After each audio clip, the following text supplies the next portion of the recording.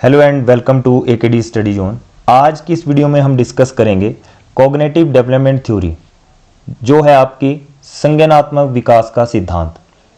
ये थ्योरी काफ़ी ज़्यादा इंपॉर्टेंट है, यहाँ से काफ़ी ज़्यादा क्वेश्चन जो है देखने को मिलते हैं। अब कॉग्निटिव डेवलपमेंट थ्योरी दी किसने है? ये दी है आपको जीन पियाजे ने, और इसे एक नाम और दिया गया जीन पियाजे थ्योरी। इसे जीन पियाजे थ्योरी के नाम से भी जाना जाता है, यानी कि जीन पियाजे का सिद्धांत। अब जीन पियाजे कहाँ के थे? वो थे स्विट्ज़रलैंड के। ठीक है, कहाँ के थे ये? स्विट्ज़रलैंड के थे। इनका जो बर्थ है वो 1896 में हुआ था और इनकी डेथ हुई थी 1980 में। तो यहाँ से 2-3 क्वेश्चन आपको देखने को मिल गए। एक तो ये कि पियाजे का जो रहने का स्थान था, कहाँ से वो संबंध रखते थे, वो था स्विट्ज़रलैंड। बर्थ उनका 1896, डेथ उनकी 1980 में। उसके बाद संज्ञानात्मक विकास का सिद्धांत इसे कहा जाता है। जीन पियाजे फादर ऑफ साइकोलॉजी जो है वो, चाइल्ड साइकोलॉजी जो है वो कौन है? जीन पियाजे। फादर ऑफ जेनेटिक एपिस्टेमोलॉजी वो भी कौन है?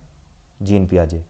इन्हें स्विस साइकोलॉजिस्ट भी कहा जाता है। यहाँ से कई बार क्वेश्चन जो है बन चुका है। ठीक है, ये क्वेश्चन और ये वाला क्वेश्चन जो है इंपॉर्टेंट है कि स्विस के वो साइकोलॉजिस्ट नाम से जाना जाता है। रेडिकल कंस्ट्रक्टिविस्ट की भी इसमें बात की गई है। ठीक है, अब देखिए जो जीन पियाजे थे वो एक क्या थे? बायोलॉजिस्ट थे। क्या थे ये? बायोलॉजिस्ट थे। और जीन पियाजे ने जो एक्सपेरिमेंट किया था वो अपने बच्चों पे किया था।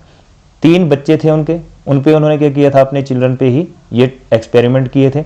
2 उनकी लड़कियां थी और 1 लड़का था। तो इन तीनों पर उन्होंने क्या किया था? इस टेस्ट को किया था। क्लियर बात? एक्सपेरिमेंट को किया था। अब देखते हैं कि कॉग्निटिव डेवलपमेंट है क्या, यानी कि संज्ञानात्मक विकास है क्या।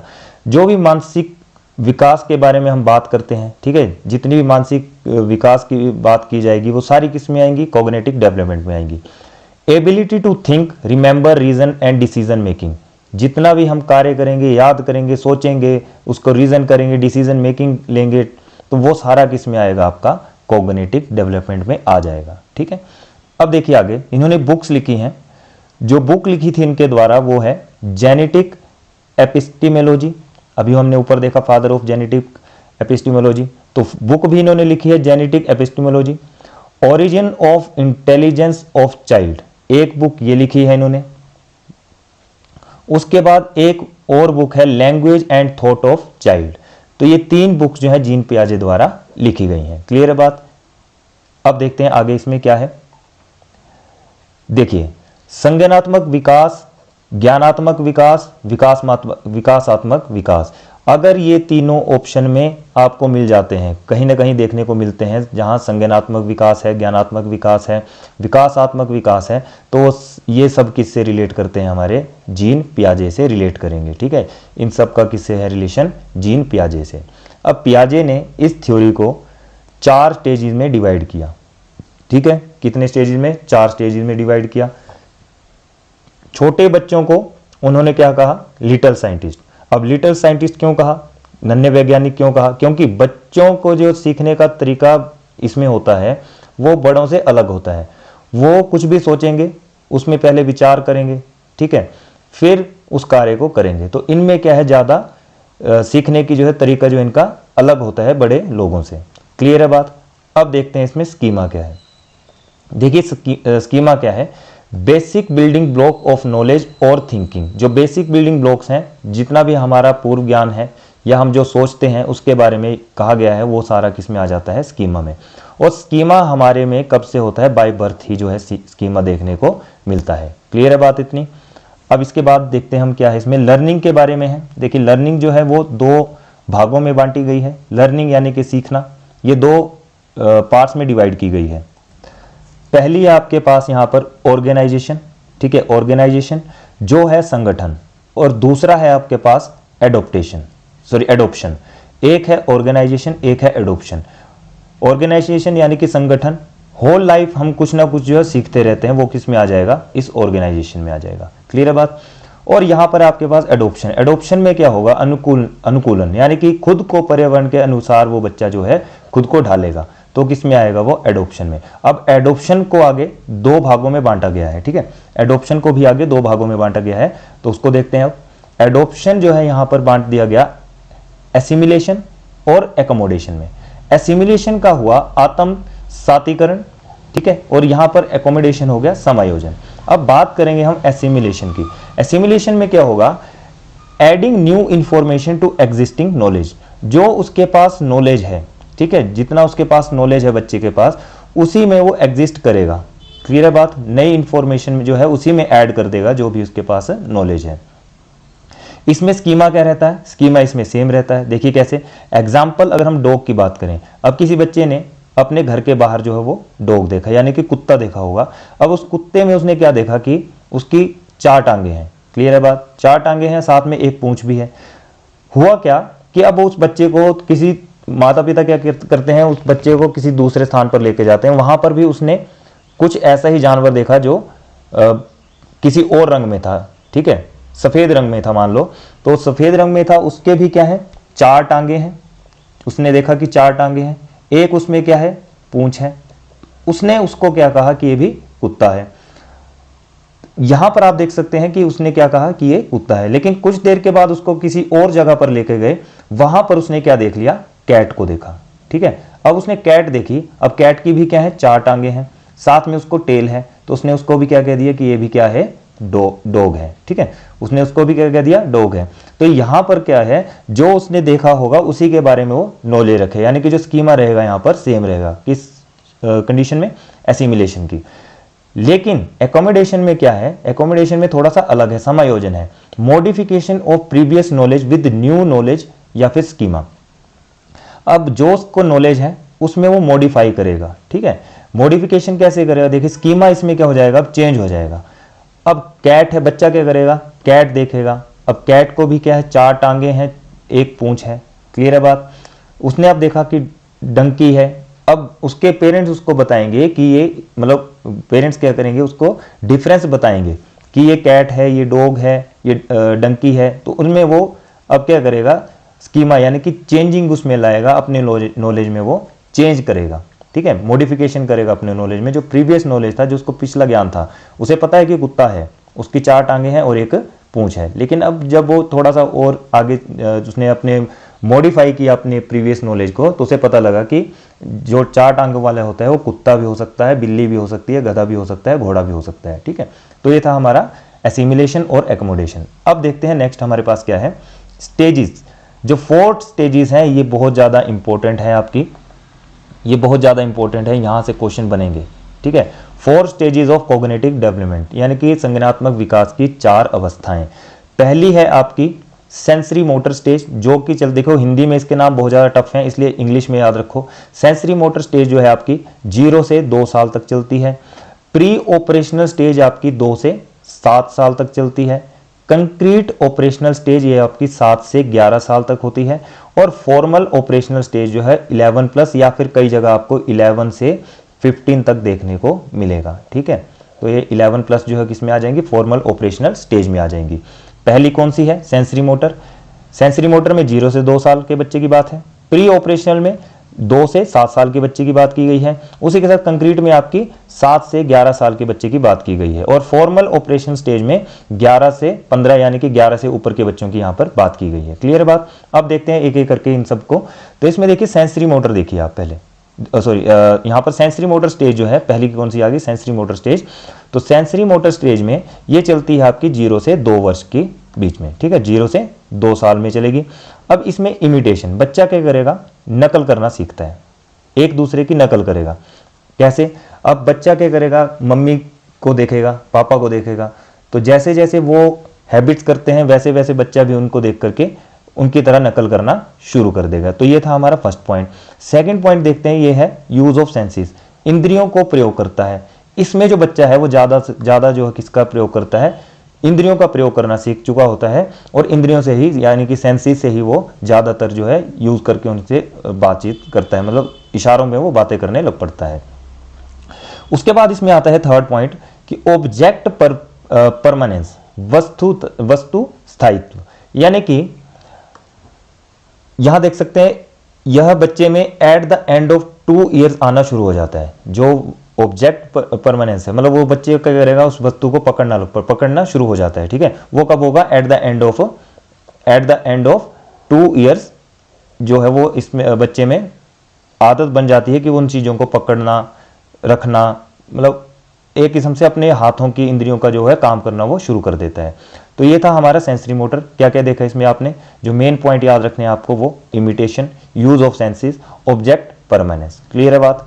अब देखते हैं इसमें सेकंड जो स्टेज है हमारी वो है प्री ऑपरेशनल स्टेज। जो प्री ऑपरेशनल स्टेज है आपकी वो चलती है 2 से 7 साल तक। प्री ऑपरेशनल स्टेज की बात की गई है 2 से 7 वर्ष के लिए। इसे प्ले एज भी कहा जाता है। कौन सी एज कहा जाता है, प्ले एज भी से कहा जाता है। दूसरा यूज ऑफ सिंबल्स, अब इसमें बच्चा जो है सिंबल्स के साथ जो है काम करना शुरू कर देता है, सिंबल्स का यूज करना शुरू कर देता है, ठीक है। उसके बाद जो थर्ड है यहां पर आप देख सकते हो चाइल्ड मोनोलॉग, यानी खुद से बातें करने लग पड़ते हैं। आपने कुछ बच्चे देखे होंगे जो खुद से बातें करते हैं और ये ज्यादातर चलता है 0 से 4 साल के बीच में आपको देखने को मिलेगा, ठीक है। जब बच्चा मान लो कि स्कूल में गया, ठीक है, स्कूल से घर आएगा, अब वो अपने मदर को सारी बात बताए कि मम्मी स्कूल में ऐसा हुआ, टीचर ने ऐसे किया। अगर हम उसकी बात नहीं सुन रहे हैं फिर भी वो बोलता रहेगा क्योंकि वो खुद से बातें कर रहा है। क्लियर बात। अगला आता है इसमें एनिमिज्म, यानी कि जीववाद। लिविंग और नॉन लिविंग थिंग्स पर उन्हें कोई अंतर नहीं लगता। अब जैसे लिविंग और नॉन लिविंग थिंग्स की बात करें, जैसे उनके पास खिलौने हैं, ठीक है, तो उन खिलौनों को देखकर वो क्या करते हैं, उनमें कोई अंतर नहीं रखते। उन्हें लगता है कि इसमें भी क्या है, हमारी तरफ फीलिंग्स हैं, इमोशंस हैं। क्लियर बात। किसकी बात की है, जीववाद की। आगे है इसमें ईगोसेंट्रिक। बच्चा इस स्थिति में प्री ऑपरेशनल स्टेज में ईगोसेंट्रिक होता है, यानी कि अहम केंद्रित होता है। इसका मतलब यह है कि बच्चे के पास जो अपनी चीज होगी वो दूसरों को देने के लिए बिल्कुल भी अग्रसर नहीं होगा, उसको नहीं देगा, ठीक है। बच्चे जो है दूसरों को अपनी चीजें देना पसंद नहीं करते, वो सिर्फ चाहते हैं कि वो चीज जो है हमारे पास ही रहे। तो ये होगा ईगोसेंट्रिक की, इसमें बात की है अहम केंद्रित की। नेक्स्ट है इसमें सेंट्रेशन, केंद्रीकरण। बच्चा एक ही वस्तु पर क्या करता है, वो फोकस करता है। कब, 2 से 7 साल की उम्र में एक ही चीज को वो देखता रहेगा, उसी पर वो फोकस करेगा। नेक्स्ट है इसमें lack of conservation. Lack of conservation यानी कि संरक्षण कमी, सही अनुपात का अंतर नहीं कर पाता है। मान लो यहां पर आपके पास कोई चीज है, ठीक है, ये आपके पास एक बर्तन है जिसमें आपने पानी भरा, इसमें पानी है।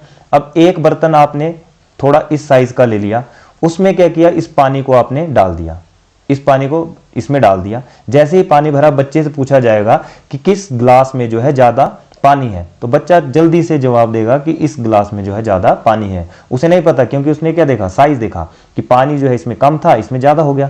लेकिन हमें पता है कि इसमें पानी जितना था उतना ही हमने इसमें डाल के रखा हुआ है, तो सही अनुपात वो नहीं कर पाता है। इरिवर्सिबिलिटी यानी कि अपलटावी, बच्चे के सामने अगर कोई एक चीज कर दी तो उसे रिवर्स करके नहीं बता पाता। फॉर एग्जाम्पल, अगर हमने उसे बोला कि 4 × 5 कितना होता है, 20 होता है, ठीक है, लेकिन 5 × 4 पूछ लेंगे तो वहां पर क्या हो जाएगा, उसको नहीं लगेगा पता, उसके समझ नहीं आएगा। तो इरिवर्सिबिलिटी आप समझ गए होंगे, ये अपलटावी। और अगर 5 + 7 बता दिया वो हो गया आपका 12, तो 7 + 5 कितना होगा पूछने पर बच्चा उत्तर नहीं देगा। तो क्लियर है बात इतनी। तो यहां तक आपके जो है ये 2 स्टेजेस आपकी निकल चुकी हैं। कौन कौन सी, पहली स्टेज थी आपकी सेंसरी मोटर स्टेज जो कि 0 से 2 साल चलती है, इसमें इमिटेशन के बारे में देखा, use of senses, object permanence. अब दूसरी स्टेज देखी प्री ऑपरेशनल स्टेज, यहां पर 2 से 7 साल की बात की है। प्ले एज इसे कहा जाता है, use of symbols, child monologue, emission यानी कि जीववाद, ईगोसेंट्रिक यहां पर बच्चा होता है। साथ ही साथ में हमने क्या देखा कि सेंट्रेशन की इसमें बात की है, केंद्रीकरण की, ठीक है, एक ही वस्तु पर क्या करेगा, वो फोकस करेगा। लैक ऑफ कंजर्वेशन की बात की है, संरक्षण की कमी। और रिवर्सिबिलिटी यानी कि अगर उसे बोल दिया जाएगा 4 × 5 20 तो वो बता नहीं पाएगा 5 × 4 कितना होता है। क्लियर है बात इतनी। अब देखते हैं इसकी थर्ड स्टेज को। हमारी जो थर्ड स्टेज है यहां पर वो है आपकी कंक्रीट ऑपरेशनल स्टेज, ठीक है। कौन सी स्टेज है, कंक्रीट ऑपरेशनल स्टेज, जो चलती है आपकी 7 से 11 साल के बीच में। जो वस्तुएं हमारे सामने प्रेजेंट होती हैं, ठीक है, जिन्हें हम टच कर सकते हैं, फील कर सकते हैं, वो सारी किस में आ जाएंगी, कंक्रीट ऑपरेशनल स्टेज में आ जाएंगी, जो कि 7 से 11 वर्ष की आयु में चलती है। स्टार्ट कर देगा बच्चा इसमें लॉजिकल थिंकिंग करना, तार्किक सोच जो है वो शुरू इस अवस्था में हो जाती है, ठीक है, तार्किक सोच हो जाएगी।